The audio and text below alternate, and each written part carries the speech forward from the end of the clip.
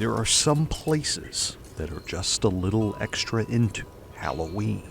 Centerville's like that. People embrace the day a little more. And for it to be like this is in part due to a Mr. and Mrs. Halloween. You two have been married for a little bit, huh? Yeah, just a little bit, 56 years. So we've had a good time together. Bobby and Sandy McFarland, they don't seem so scary. We're not. Halloween 1991, the McFarlands began turning their home into a haunted house nothing short of legendary. A picture just isn't going to do this justice.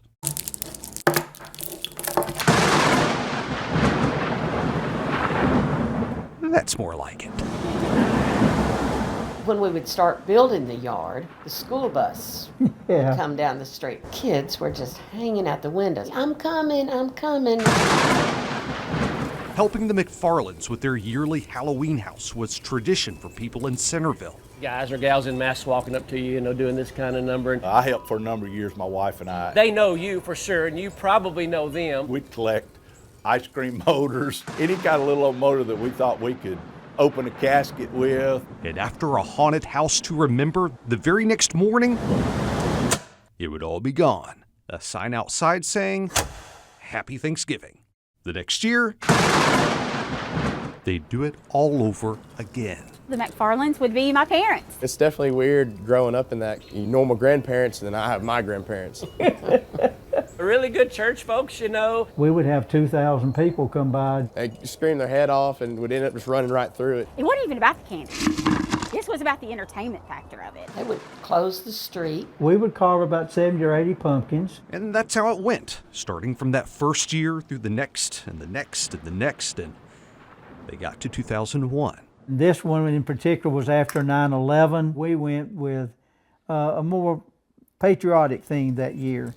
After all, the McFarlands did this for their community, and that year, that's what they felt the community needed. It was back to the haunted house after that. We had a picture of this when we did the pirate ship, so we were ready to plunder. Sandy had a bad knee. The McFarlands moved to a new house, but that one was close to a hospital and they couldn't tie up the street. The Halloween haunted house was finished. For good this time. You must have loved all of this. Yes. We did love all of it. We did.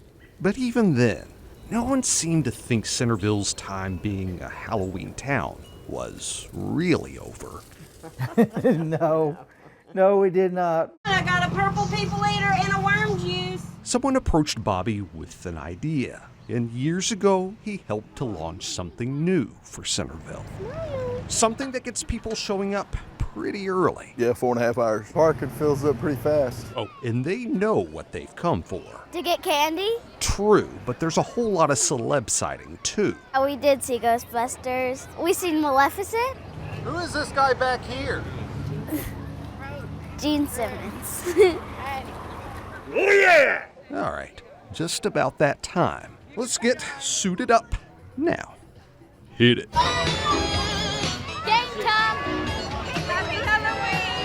What the McFarlands started with their haunted house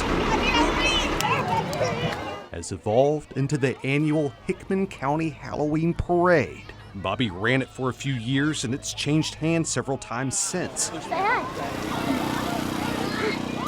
But you can bet to see Sandy in the crowd. And Bobby? Hey, like a Halloween parade. Well, you know he's going to be in it. Happy Halloween, Bobby.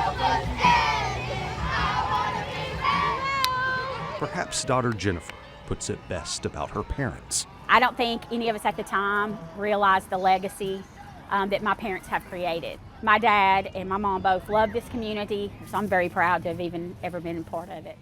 Another Halloween done. Let's send it off just like the McFarlands would. Happy Thanksgiving. I'm Forrest Sanders, News Channel 5.